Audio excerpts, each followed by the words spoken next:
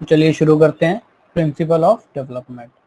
जो principle of development है उसमें पहला प्रिंसिपल क्या है? Principle of continuity.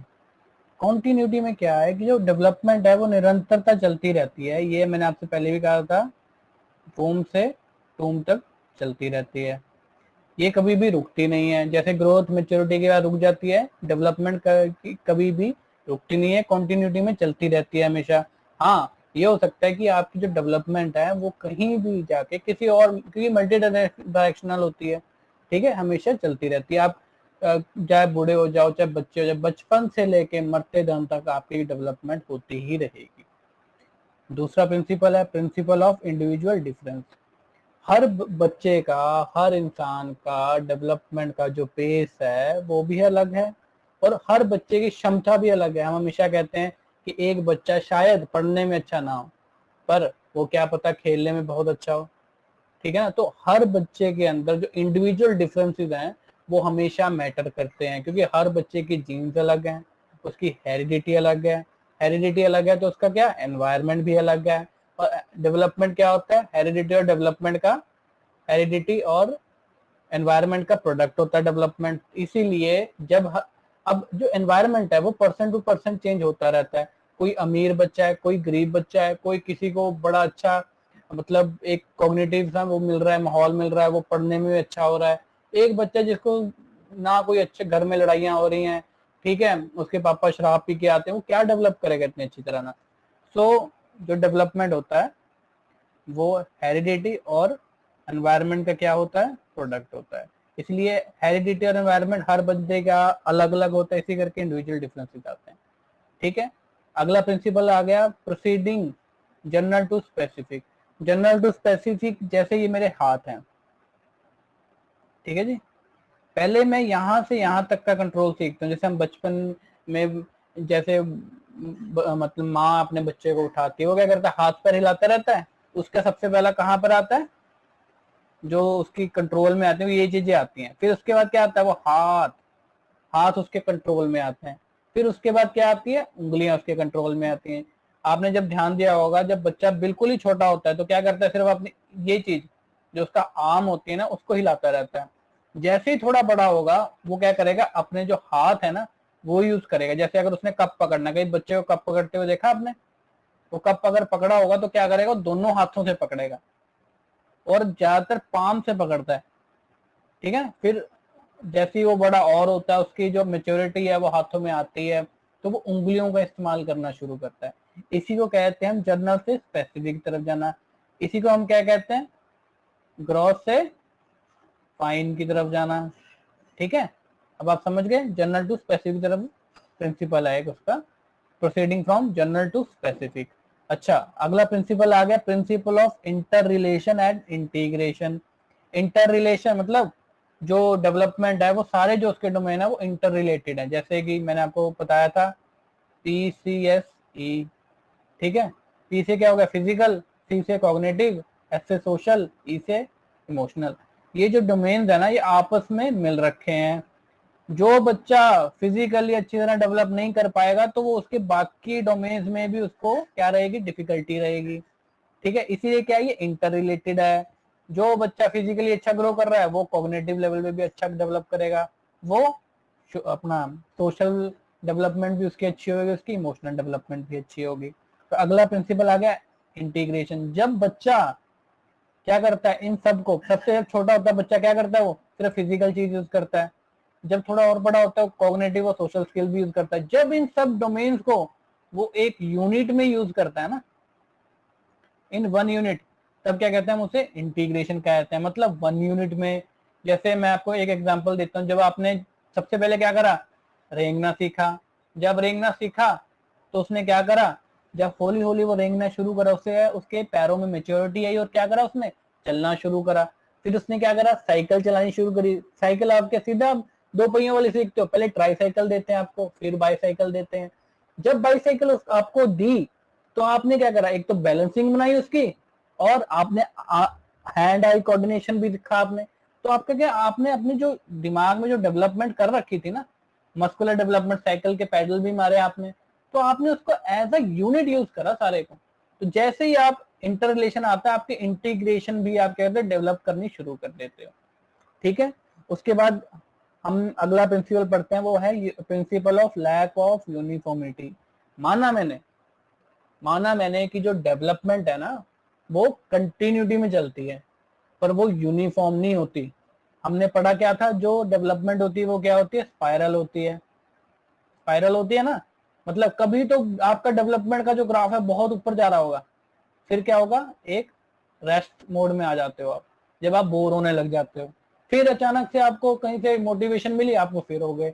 जैसे मैं एग्जांपल देता हूँ आपको, आपने क्या करा, ड्राइंग शुरू करी, करते रहे आपकी स्किल डेवलप होनी शुरू हुई, तो एकदम से आपका क्या क्यूरियोसिटी भी थी और आपकी क्या थी, जो स्किल थी वो डेवलप भी होनी शुरू हो गई।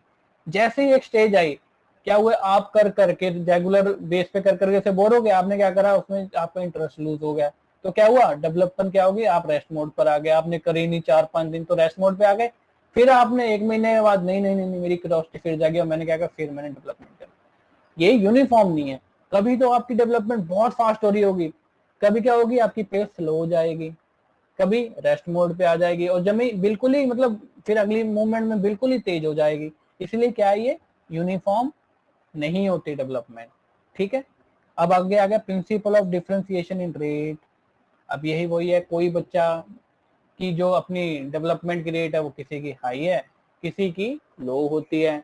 उसकी जैसे उसे किसी को अच्छा एनवायरनमेंट मिला तो उसकी क्या हो गई एकदम से, अगर किसी की क्यूरियोसिटी, किसी जैसे किसी को बैट बॉल खेलना पसंद है, उसको पढ़ना पसंद नहीं है, तो उसकी जो डेवलपमेंट है वो पढ़ाई में कैसी हो रही होगी, ठीक ठाक हो रही होगी।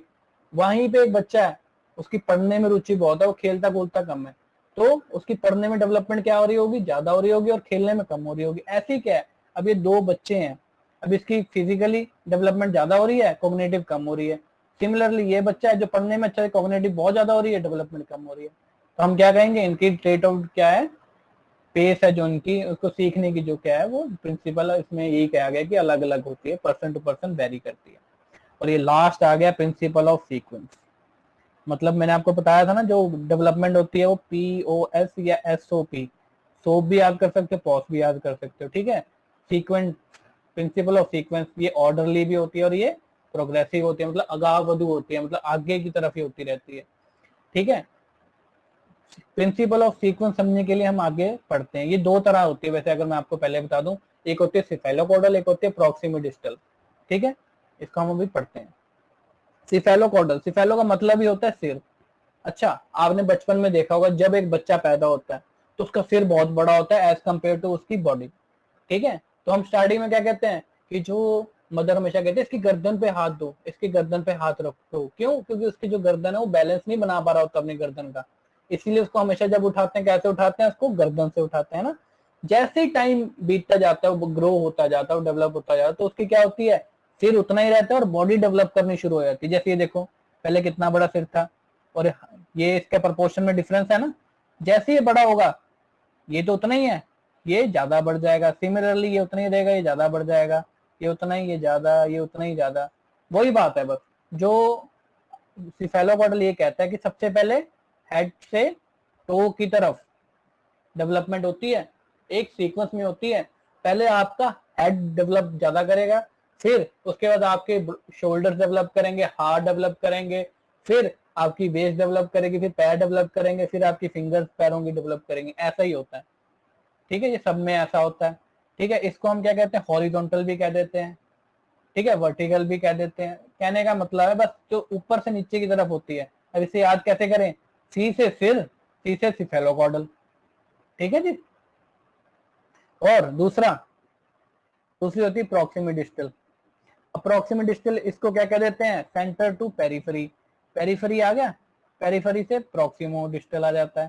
ठीक है, प्रॉक्सिमो डिस्टल क्या कहता है, पहले क्या होगा, आपकी जो सेंटर है ना, मतलब हार्ट, आपकी स्पाइनल कोड, ये पहले डेवलप करेगी, उसके बाद आप सेंटर से बाहर की तरफ डेवलप करना शुरू करते हो। जैसे मैं आपको एग्जांपल दूं, पहले आपके जब आप प्रीनेटल स्टेज में होते हो तो आपके हार्ट, आपकी धड़कन शुरू हो जाती है ना।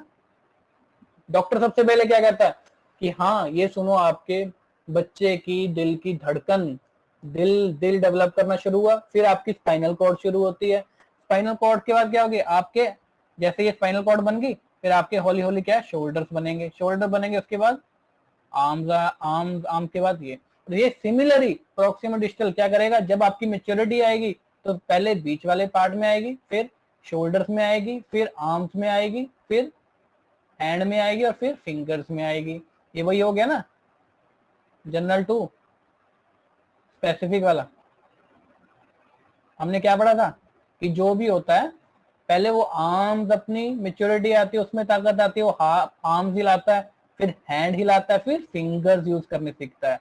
एक बच्चा पहले कप को कैसे पकड़ेगा, पहले तो स्टार्टिंग में पकड़ ही नहीं पाता, उसके हाथ में इतनी जान नहीं होती, फिर वो पकड़ेगा तो कैसे पकड़ेगा, जैसे ये कप है तो यहाँ दोनों से पकड़ लेगा, दोनों तरफ हाथ यूज कर लेगा अपने। फिर क्या होगा, फिर जैसे और मेच्योर होगा और डेवलप करेगा तो वो क्या करेगा, यहाँ से फिंगर डाल के इसे उठा लेगा। यही आपकी प्रॉक्सिमल डिस्टल है, यही सिफेलोकॉर्डल है। तो अब हम पढ़ते हैं एडोलसेंस का पीरियड। जैसे कि मैंने आपको पहले बताया था, जैसे ही बच्चे का चाइल्डहुड खत्म होता है, चाइल्डहुड खत्म हुआ 2 से 12 साल से, और उसके बीच में क्या आ जाती है, एडोलसेंस आ जाती है, और आगे जाके क्या आ जाता है, अडल्टहुड आ जाता है। तो एडोलसेंस के अंदर ना तो बच्चा चाइल्ड ही रहता है, वो अपने आप को ना ही एक छोटा चाइल्ड समझता है और ना ही अडल्ट बनता है। तो ये एक ऐसी बीच की स्टेज आ जाती है उस बच्चे की जहां वो हमेशा कंफ्यूजन में ही रहता है। एडोलसेंस एक ऐसा टाइम पीरियड है, ना ही तो वो पूरी तरह बच्चा होता है और ना ही पूरी तरह क्या होता है, एडल्ट ही हो जाता है, वो बीच में ही फंस जाता है। इसी इसको क्या कहा गया है, स्टेथोस्टॉर्म की पीरियड भी कहा गया है। ठीक है, जो इस टाइम के पीरियड में मैंने आपको पहले बताया था कि वो बच्चा क्या करेगा, वो हमेशा कंफ्यूजन में रहेगा। उसमें क्या होगा, उसके दिमाग के अंदर क्या रहेगा, एक आइडेंटिटी क्राइसिस रहेगा, हु एम आई।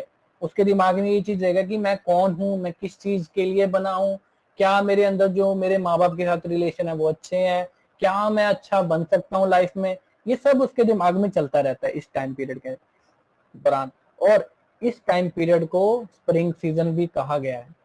ये क्या है, एक तरह से वसंत ऋतु है उस बच्चे के जीवन में, बहुत कुछ सीखता है इसके अंदर, उसके अंदर इतनी ऊर्जा होती है। और आप देखना, जैसे तो चाइल्डहुड में होगा उसकी हाइट कम होगी, और अचानक जैसे एडोलसेंस में आएगा उसकी हाइट 1-2 साल में इतनी बढ़ जाएगी, आप देख के हैरान हो जाओगे। उसकी वॉइस में इतना चेंज आ जाएगा कि जो कि अनप्रेडिक्टेबल होता है। इसीलिए यहाँ जाके बच्चा क्या हो जाता है, कंफ्यूज हो जाता है। ठीक है, यहाँ इसी में जाके उसके जो सेक्सुअल रिप्रोडक्टिव पार्ट्स होते हैं वो ग्रो करना शुरू हो जाते हैं। लड़कों के क्या होते हैं, शोल्डर ब्रॉड होने लग जाते हैं, लड़कियों में ब्रेस्ट उनकी बढ़ने लग जाती है, हिप विड्थ बढ़ जाती है उनकी। ठीक है, लड़कियों की इसमें ओव्यूलेशन भी शुरू हो जाते हैं, लड़कों में स्पर्म प्रोडक्शन शुरू हो जाता है। इतना सारा उसके हार्मोनल चेंजेस हो रहे होते हैं, वो वैसे ही किसमें, एंजाइटी में आ जाता है, स्ट्रेस में आ जाता है। ठीक है, इसको गोल्डन एज भी कहा गया। क्यों गोल्डन एज क्यों कहेगी, यही एक एज है, कहां से, अपनी 13 से 18, और डब्ल्यूएचओ को क्या कहता है, वर्ल्ड हेल्थ ऑर्गेनाइजेशन इसे 10 से 19 साल कहती है। जैसे जैसे हम आगे जाएंगे साइकोलॉजिस्ट इसको कम ज्यादा करते रहते हैं, बट जनरल पर्सपेक्टिव में 13 से 18 या 19 मान के चलो, जहाँ पे 19 टीन एज खत्म हो जाती है उसकी। इसको गोल्डन पीरियड क्यों कहा है, उसके पास इतनी एनर्जी होती है, वो कुछ भी हासिल कर सकता है, या तो वो बम बन जाएगा या कहेगा जम्मे बिल्कुल ही फसड्डी बन जाएगा। उसकी क्या करेगा, अपनी एनर्जी कहीं और चैनलाइज कर देगा। ठीक है, इस पीरियड के अंदर उसके जो अपने माँ बाप के साथ रिलेशन है वो थोड़े कम हो जाते हैं, और अपने जो पीयर ग्रुप है, अपने साथ संगी है, जो अपने दोस्त हैं, यार दोस्त, उनके साथ उसका बहुत अच्छा रिलेशन बन जाता है। यहाँ पे जैसे हमने पढ़ा था लेटर चाइल्डहुड के अंदर वो गैंग एज तो उसकी शुरू हो जाती है, पर एडोलसेंस के अंदर वो गैंग एज एक्टिव रूप में उसका एक पार्ट बन जाता है। अगर वो क्या करेगा, अपनी लाइफ के अंदर कहीं भी उसने जाना है, अपने यार दोस्त, उसकी जो उसने यार दोस्त ने कह दिया वो उसके अपने माँ बाप की बात से भी ऊपर हो जाती है। यार दोस्त ने कह दिया चल यार आज यहाँ पे जाना है, तो आप अपने माँ बाप से भी लड़ पड़ोगे वहां जाने के लिए। ठीक है ना, और इसको थ्रेशोल्ड का पीरियड कहा गया है। तो हम चलो लाइन बाय लाइन सब पढ़ते हैं। The word adolescence is derived from Latin word adolescere, which means to grow or to mature, या हम कह सकते हैं to grow into maturity, कि मेच्योरिटी की तरफ ग्रो करने को adolescence कहा जाता है। ठीक है, एक स्टैनली हॉल थे, उन्होंने क्या कहा था कि ये जो टर्म है टेस्टोस्टेरोन की जो टर्म कहा था अडोलसेंस को, किसने कहा था? स्टैनली हॉल ने। इन्होंने एक बुक भी लिखी थी, उसका नाम क्या था? अडोलसेंस। ठीक है, और ये जो अडोलसेंस है ये ब्रिज है, ट्रांजिशन पीरियड है किसका?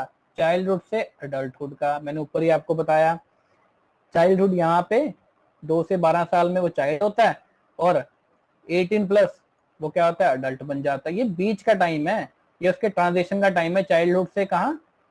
अडल्टहुड का। बीच में फंस रखा है, ना ही तो वो पूरी तरह चाइल्ड है, ना ही वो पूरी तरह एडल्ट है। समझेगा तो वो अपने आप को क्या? एडल्ट, पर वो एडल्ट नहीं होगा। वो क्या समझेगा कि जो मैंने कह दिया वही ठीक है, मेरे को सारी अकल। आपने सुना होगा ना, बच्चे क्या कहते हैं अपनी मम्मी को? मम्मी मुझे मत समझाओ, मुझे सब पता है। वो क्यों कहता है? वो अपने आप को क्या बनने की कोशिश कर रहा होता है? वो एडल्ट समझने की कोशिश कर रहा होता है, पर वो होता नहीं है। ठीक है, अब ये आगे आ गया। WHO define this phase of life between 10 to 19 years, मैंने आपको बता दिया था। अब maturity hits in this stage.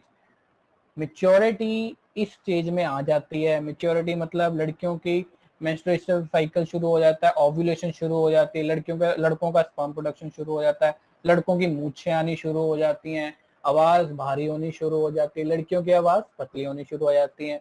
और यहाँ पे क्या लिखा है? Girls mature faster than boys. ये तो हमने हमेशा सीखा है कि लड़कियां समझदार होती हैं, एक कहने की बात है कि समझदार होती हैं।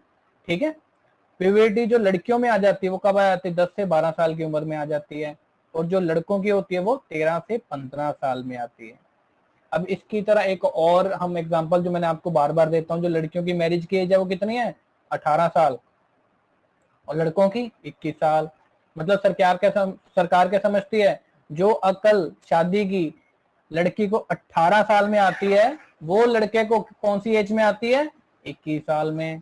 ठीक है, जैसे मैंने आपको इसके अंदर बताया कि इसके अंदर क्या होते हैं? मेजर मूड स्विंग्स होते हैं।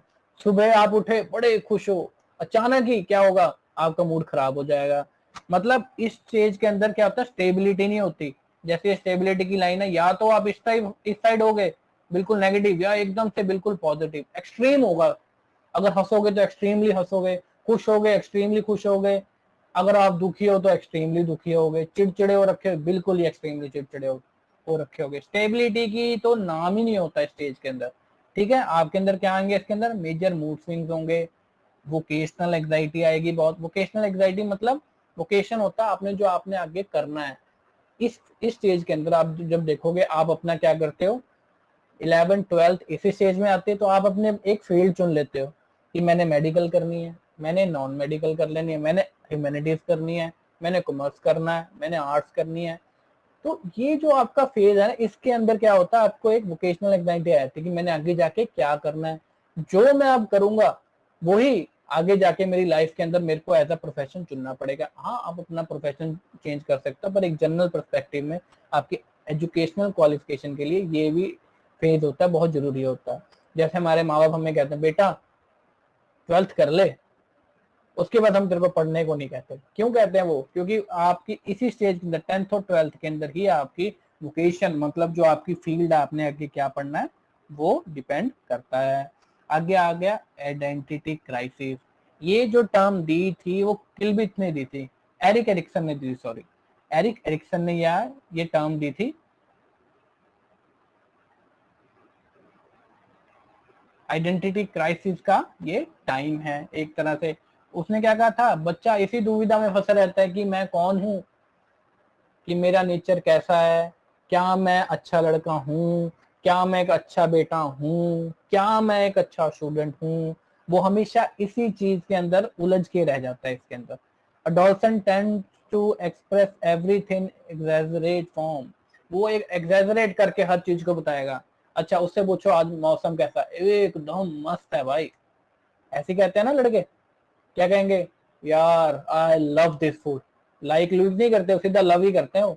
I love this food, I love this climate. मतलब वो एकदम से वही आ गई ना, स्टेबिलिटी नहीं है, इमोशंस पे स्टेबल नहीं है वो। क्या एकदम से एक्सट्रीम लेवल पे खुश होंगे, एक्सट्रीम लेवल पे उदास होंगे।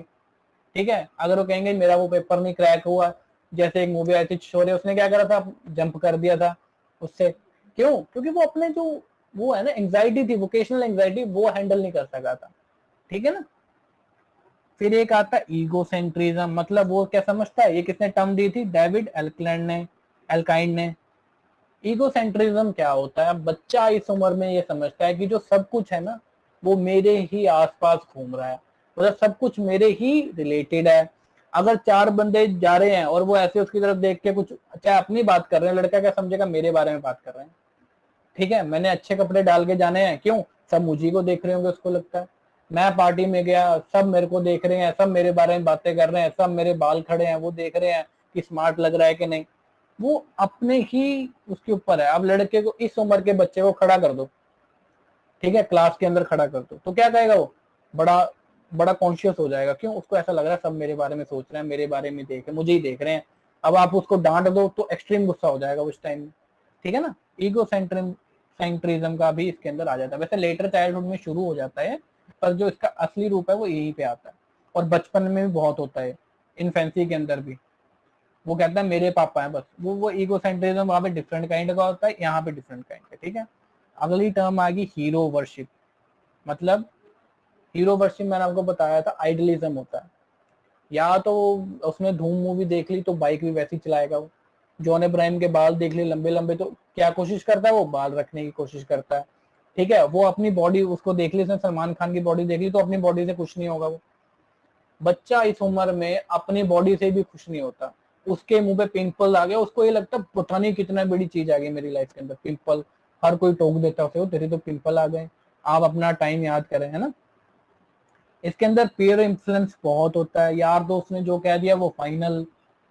एक अनरियल वर्ल्ड में जी रहा होता है बच्चा इसके अंदर, डे ड्रीमिंग बहुत करता है। मैं तो कल जाके डॉक्टर बन जाऊंगा, अगर मैं मेडिकल करूंगा तो डॉक्टर बन जाऊंगा, तो क्या करूंगा मैं, इतने सारे पैसे कमाऊंगा, लैम्बोर्गिनी रखूंगा, मर्सिडीज रखूंगा। एक सोच रहे होते हैं ना बच्चे इस उम्र के, ठीक है ना। तो इसका एक नेगेटिव इम्पैक्ट भी पड़ता है। जैसे मैं आपको बताऊं, एक बच्चा है वो जो अच्छी तरह ग्रो नहीं कर पा रहा, वो बहुत दुबला पतला सा है, और उसके आसपास बड़े अच्छे पर्सनैलिटी वाले बच्चे हैं, तो क्या करेगा, वो सोचेगा, उसके अंदर क्या होगा, एक तरह का डीमोटिवेशन आएगी, चिड़चिड़ा होगा। चिड़चिड़ा क्या होगा, तो उसमें क्या होगा, वो इमोशनली वीक होगा, या सोशली वो कहीं ना कहीं टूटेगा। जैसे मैंने आपको बताया था ना, इंटर रिलेटेड होती है डेवलपमेंट। अगर वो कॉग्निटिव लेवल पे, फिजिकल लेवल पे उसको दिक्कत आ रही है, तो कॉग्निटिव लेवल पे भी आएगी। कॉग्निटिव लेवल पे है तो सोशल लेवल पे भी आएगी, इमोशनल लेवल पे भी आएगी। इसीलिए हम क्या कहते हैं, टीचर्स के लिए क्या होता है कि इस एज के अंदर बच्चे को बड़ा नाजुक वे में रखना होता है, ताकि वो बहुत जल्दी चिड़े ना, अपने आप से नफरत ना करने लग जाए बस। अगला टॉपिक अगला पॉइंट आ गया इसके अंदर, क्या है, ग्रोथ स्पुर्ट। इसके अंदर क्या एकदम से उछाल होता है ग्रोथ का। मैंने आपको बताया था 2 साल पहले तो ऐसा रहा छोटा सा है, 2 साल के बाद जब अडोलसेंस में एंटर करेगा, इतना लंबा चौड़ा, उसकी हाइट बढ़ जाती है, शोल्डर ब्रॉड हो जाते हैं, मसल बड़े बड़े हो जाते हैं, ठीक है। अब इसके अंदर एक डिसऑर्डर भी आता है, ईटिंग डिसऑर्डर। ये बड़े इससे 2-3 बार क्वेश्चन आए, वो भी मैं इसके अंदर समझा देता हूँ। एक होता है एनोक्सिया नर्वसा, एक होता है ब्लूमिया नर्वसा। जो एनोक्सिया होता है ना, ये ज्यादातर लड़कियों में होता तो लड़कों में भी है। लड़कियां क्या करती हैं, एक टाइम पे, आपके टाइम पे आपको याद होगा, 0 फिगर का बड़ा ट्रेंड आया था। वैसे ही बच्चा अपनी बॉडी से खुश नहीं होता, वो दूसरों को देख के बड़ा खुश हो रहा होता है कि हाँ उसकी बॉडी जैसी बॉडी चाहिए, सलमान खान जैसी। ऊपर से लड़कियां क्या करती हैं, या लड़के क्या करते हैं, फास्टिंग करनी शुरू कर देते हैं कि मैं तो दुबला पतला 0 फिगर लेना, मैंने तो पतला हो जाना, स्लिम हो जाता। तो मैं उसमें क्या करते हैं बच्चे कि ना, फास्टिंग करनी शुरू कर देते हैं। फास्टिंग करते हैं, एक्सेस फास्टिंग करते हैं, बिल्कुल पतले हो जाते हैं। उस डिस और ईटिंग डिसऑर्डर को क्या कहते हैं, अनोक्सिया नर्वोसा। जब बच्चा बिल्कुल ही खाता रहे, मोटा हो जाए, सोचा ही ना, तो एक्सेस खाने को क्या कहते हैं, ब्लूमिया नर्वोसा। अब आप कहोगे सर इसका डेवलपमेंट में क्या लेना है। जैसे आप फिजिकली डेवलप अच्छी तरह नहीं कर पाए जिस वे में आप चाहते थे, तो आप क्या करोगे, ईटिंग डिसऑर्डर, आप खाना पीना छोड़ोगे, तो उससे क्या आएगा, ईटिंग डिसऑर्डर आएगा। अगर बाई चांस आपने ज्यादातर देखा होगा, जो बच्चे सोशल तौर पे ज्यादा अच्छे नहीं होते, क्योंकि जो मोटा है बंदा, मैं नहीं कह रहा ऐसा होता है, जो मोटा है ना, वो अपने आप को थोड़ा सा क्या करता है कि लोगों से समझता है कि यार मैं तो मोटा हूँ, मैं उनके साथ जाके बैठ अच्छा नहीं लगता, मैं सोसाइटी में नहीं बैठूंगा। तो क्या करता है, वो ज्यादा खाना और शुरू कर देता है। तो ये ईटिंग डिसऑर्डर आ जाते हैं उसके अंदर, ठीक है। आगे हम पढ़ेंगे कैरेक्टरिस्टिक्स, जो हमने पीछे पढ़े हैं ना, ज्यादातर आगे भी वो सब सेम ही होते हैं, मतलब बातें बदल, कहने का जो उनका मकसद होता है वो बदलता रहता है पर बातें सेम ही होती हैं। कैरेक्टरिस्टिक्स में मैंने क्या बताया आपको, ग्रोथ स्पर्ट होती है, हमको पहले बता दिया था। सेल्फ कॉन्शियसनेस, अपने बारे में बहुत सोचता है कि मेरे आसपास सब कुछ घूम रहा है, मैंने कपड़े अच्छे टाए, अच्छा उसकी शर्ट पे अगर पिछली साइड भी दाग होगा तो वो शर्ट उतार देगा, क्यों, ना लोग क्या समझेंगे, तो सेल्फ कॉन्शियसनेस आ जाती है उसके अंदर, अपने बारे में सोचने लग जाता है कि मैं अच्छा हूँ कि नहीं हूँ, ये सब इस चीज में आ जाता है। सेल्फ डिस्कवरी भी आ जाती है, अपने बारे में जानना शुरू हो जाता है वो, कि जैसे मैंने आपको बताया था इसके अंदर क्या होती है, प्यूबर्टी आ जाती है, सेक्स ऑर्गन डेवलप होते हैं, तो ना एक ऑपोजिट सेक्स के साथ या सेम सेक्स के साथ भी लाइकिंग आ जाती है बच्चे के अंदर, तो वो डिस्कवर करना शुरू कर देता है, क्या मैं उस लड़की को पसंद करता हूँ या लड़के को पसंद करता हूँ, या मैं मतलब सेम सेक्स में पसंद कर रहा हूँ, तो उसके अंदर सेल्फ डिस्कवरी आनी शुरू हो जाती है स्टेज के अंदर। ईगोसेंट्रिज्म मैं आपको बता चुका हूँ पहले। क्रियोसिटी, हर चीज को एक्सपेरिमेंटेशन, नए नए कपड़े डाल के देखने की क्रियोसिटी है मुझे अच्छा लगने की, उसकी तरह दिखना है मैंने, तो क्या है मेरे अंदर क्रियोसिटी, इस स्टेज के अंदर भी एक प्री अपनी इन्फेंसी के अंदर भी थी क्रियोसिटी, सॉरी प्री चाइल्डहुड के अंदर भी थी क्रियोसिटी, और इसके अंदर भी क्रियोसिटी बहुत थी, ठीक है। वो एक्सपेरिमेंटेशन करता है अपनी डे टू डे लाइफ के अंदर बहुत, क्यों, क्रियोसिटी की वजह से, ठीक है। फिर आ गया peer influence over parent affection, अपने यार दोस्तों के पीछे तो वो क्या करेगा, अपने पेरेंट्स से भी लड़ पड़ेगा। यार दोस्त ने कहा यार गोवा जाना है, घर आके लड़ाई कर देगा, मैंने तो गोवा जाना है, मेरी यारों दोस्तों में क्या इज्जत रह जाएगी कि उन्होंने एक बार कहा और मैं जा नहीं सका, ठीक है। ऐसी बातें एडोलसेंस का बच्चा वो शुरू कर देता है करना। फिर आ गया अपना क्या, आइडलिज्म और हीरो वर्शिप, ये हमको समझा चुका हूँ। हमेशा हीरो वर्शिप में क्या याद रखना, हीरो वर्शिप हमारे इंडिया में भी आप देखना सलमान खान को सबसे ऊपर मानते हैं, बस भाई जान वही है, उनके जैसे बाल रखने हैं, उनकी जैसी बॉडी रखनी है, ठीक है। इसके अंदर लॉन्ग टर्म का सोचना नहीं होता, माना वोकेशनल वोकेशनल एंग्जाइटी होती है पर वो ज्यादा देर की नहीं होती, वो एडमिशन लेना होता है उस ग्रेजुएशन तक का, वहीं तक का सोचता है, ठीक है। इसके अंदर क्या होता है, इमोशनली अनस्टेबल होता है बच्चा। इमोशनली अनस्टेबल के पीछे तीन चार चीजें मैटर करती है, जैसे माँ बाप का अथॉरिटेरियन होना, हम मैं आगे जाके आपको पेरेंटिंग स्टाइल में पढ़ाऊंगा। जब एक माँ बाप बहुत ज्यादा रूल्स वगैरह फॉलो करते हैं, अपने बच्चे को मौका नहीं देते इंटरेक्शन करने का, बस अपने रूल थोप देते हैं, तो वो क्या होती है, अथॉरिटेरियन पेरेंटिंग स्टाइल। उस पेरेंटिंग स्टाइल में अंदर क्या होता है, जब बच्चा इतना प्रेशर उसके ऊपर होता है तो अपने माँ बाप से भी लड़ पड़ता है, वो जब अपने माँ बाप से लड़ेगा तो वो क्या होगा, डिप्रेशन में जाएगा, डिप्रेशन में क्या होगा, सोशली डिप्रेशन आएगा उसको, तो यहाँ से क्या होता है, इमोशनली अनस्टेबल आ जाता है। अब इसका इम्पैक्ट और कहाँ पड़ सकता है, क्लासरूम के अंदर, अगर उसकी सोशल इकोनॉमिक स्टेटस में कोई फर्क है, अगर उसका जेंडर बायसनेस के अंदर कहीं उसको शो हो रहा है, उसका इफेक्ट पड़ेगा। वो अपने कास्टिज्म, अगर वो कास्टिज्म में भी आ रहा है तो वो भी उसका फर्क पड़ेगा, ठीक है। वो अच्छी तरह फिजिकली ग्रो नहीं कर पाया, उसका भी इफेक्ट पड़ेगा। तो इन सब चीज का अडोलसेंस में बहुत ज्यादा इफेक्ट पड़ता है। तो हम शुरू करने वाले हैं सोशलाइजेशन। सोशलाइजेशन सामाजिकरण का मतलब है कि जब एक बच्चा या कोई इंसान सोसाइटी के बने नियम, किसी ग्रुप के बने नियम को सीखता है, अपने अंदर उसको अडॉप्ट करता है, उसको क्या कहते हैं, सोशलाइजेशन करते हैं। और उस नॉर्म से या उसकी जो डेवलपमेंट होती है उसको क्या कहते हैं, सोशल डेवलपमेंट कहते हैं उसे। यहाँ क्या लिखा है, the process of internalising the norms, norm मतलब जो रीति रिवाज हैं, जो आइडियोलॉजी है, जो मानसिकता है, किसकी, सोसाइटी की, human needs, social experiences to learn their culture and to survive.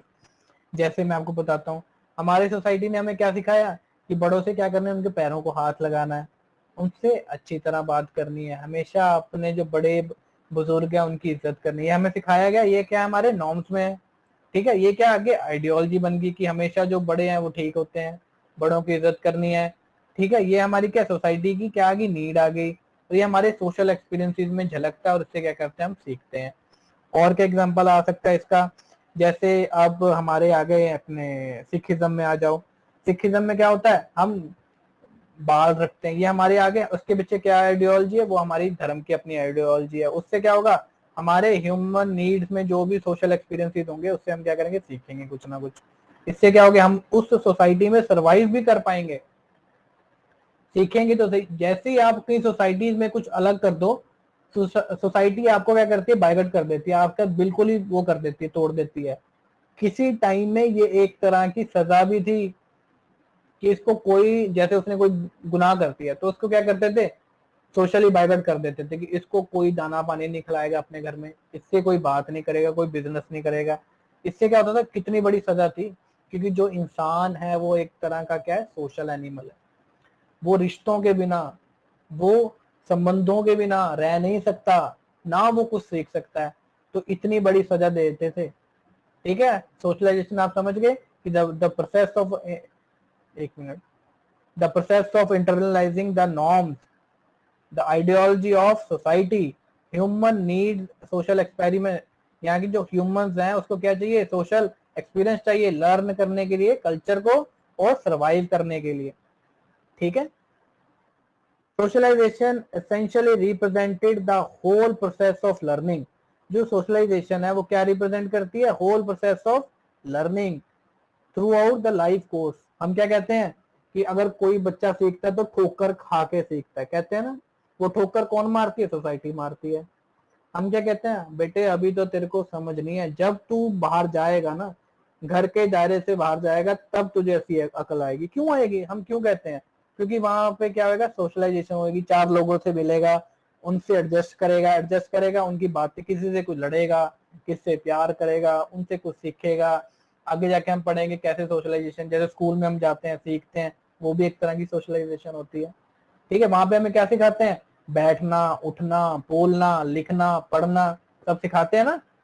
तो वही चीज यहाँ कह रहे हैं कि एसेंशियल है क्या, रिप्रेजेंट करने का whole process of learning throughout the life को।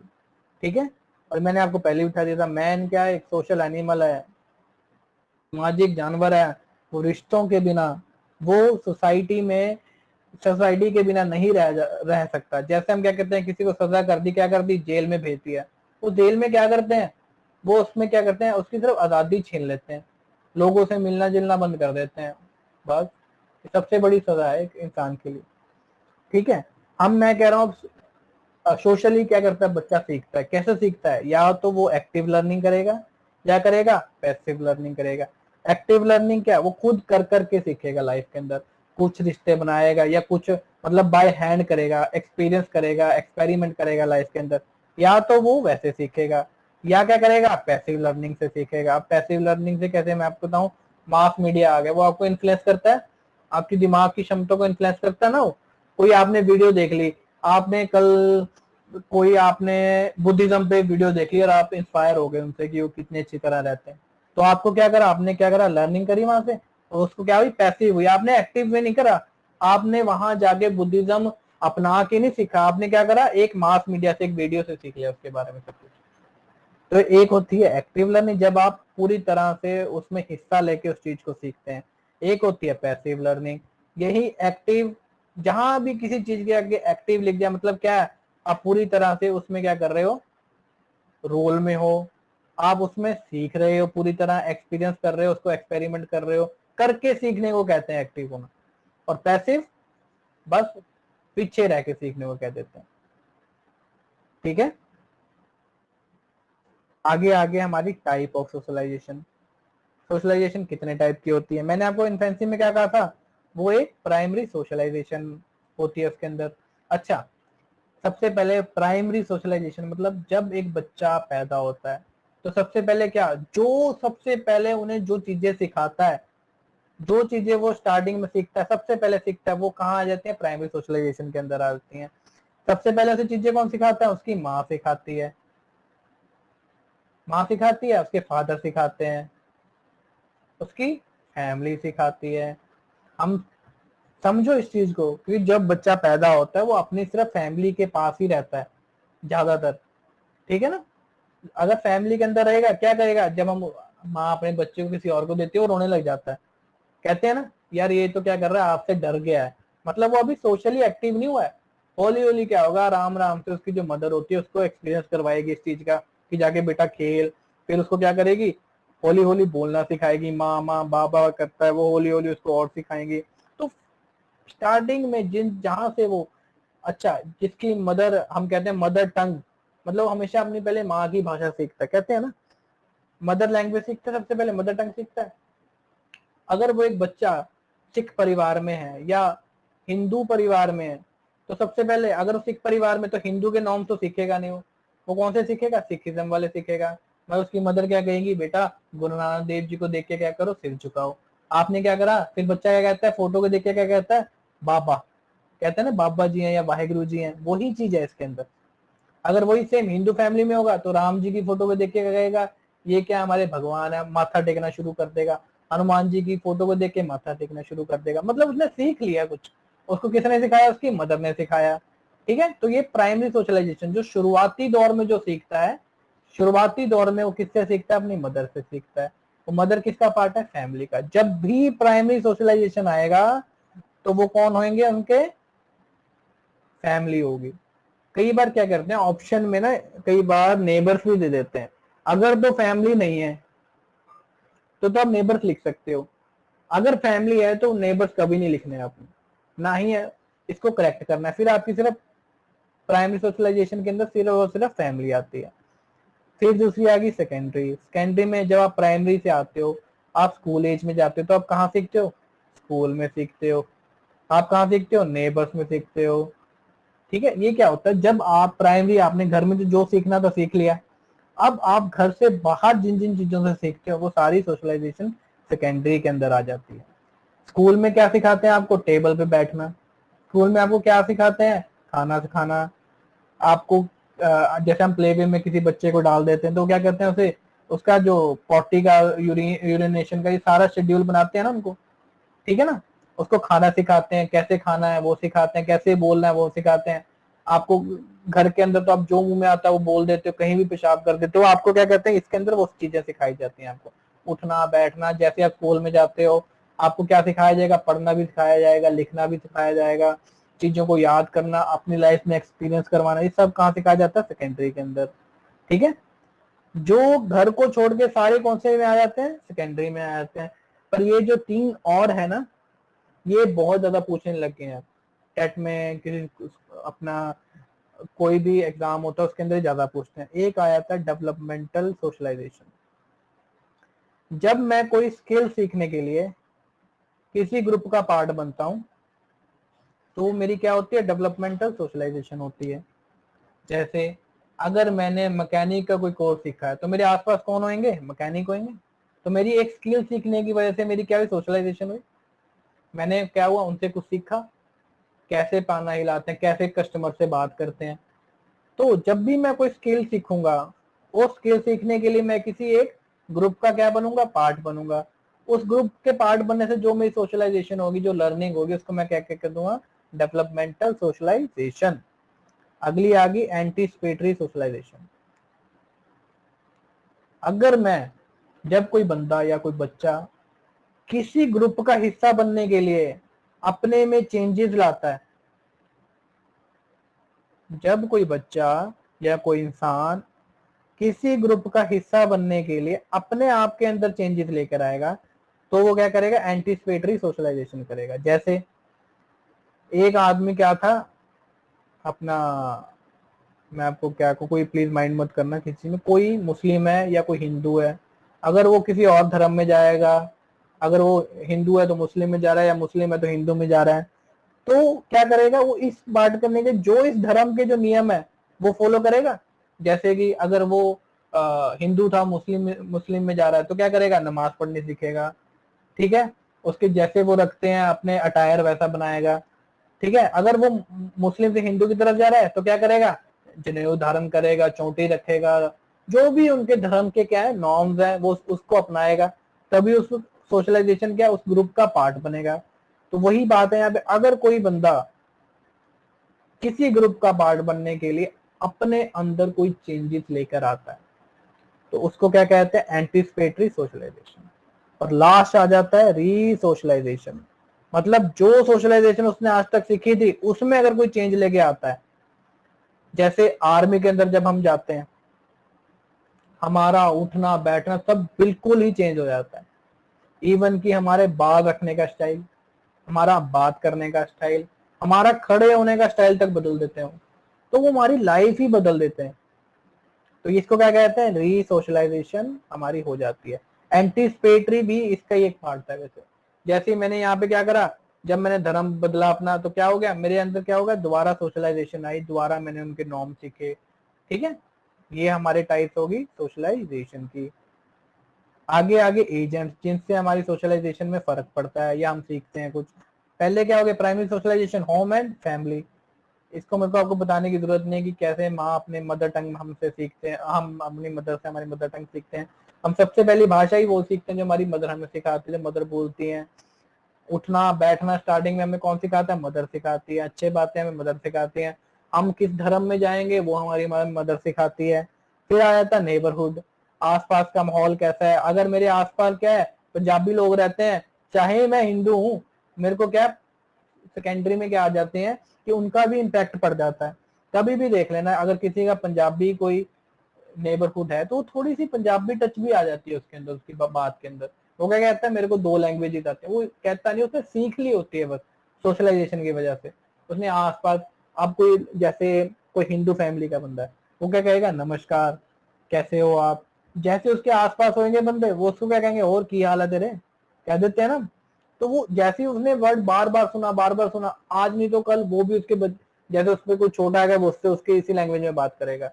तो नेबरहुड भी हमारा क्या एजेंट है अच्छा सोशलाइजेशन का। फिर आ गया स्कूल। स्कूल में तो हमारी हमारी स्कूल जब से शुरू होती है और चलती रहती है हमारी एजुकेशन, तो हम बहुत कुछ सीखते हैं। एक्टिवली पार्ट होके सीखते हैं, पैसिवली भी सीखते हैं। उठना बैठना बोलना पढ़ना लिखना, सोशल डेवलपमेंट भी इसके अंदर बहुत होती है, इमोशनल डेवलपमेंट भी बहुत होती है। फिर आगे पीयर ग्रुप, यार दोस्त हमें बहुत कुछ सिखाते हैं। दारू पीना में यार दोस्त सिखाते हैं, सिगरेट पीना सिखाते हैं, ठीक है, गालियां देना सिखाते हैं, ये तो सब नेगेटिव होगी। कई अच्छे भी यार दोस्त होते हैं, पढ़ना लिखना सिखाते हैं। मतलब पीयर, हमें हमारा जो पीयर ग्रुप होता है और वो इतना अफेक्ट देता है, और हम इनकी बात भी सबसे ज्यादा मानते हैं। यार दोस्त ने कह दी ये चीज नहीं करनी, चाहे माँ बाप 100 जोर लगा ले, हम करते पहले बहुत अड़ते हैं, हम बहुत ज्यादा एजिटेट करते हैं कि वो चीज ना करनी पड़ती जो मेरे यार दोस्त ने ना कर दी। फिर आ गई सोशल क्लास। एक बच्चा बड़ा ही अमीर है, एक बच्चा गरीब है। इसके माँ बाप ने इसको क्या सिखाया कि बेटा चेयर पे बैठ के खाना खाया कर, और जो गरीब है वो क्या करेगा, जमीन पे बैठ के खाना खाएगा।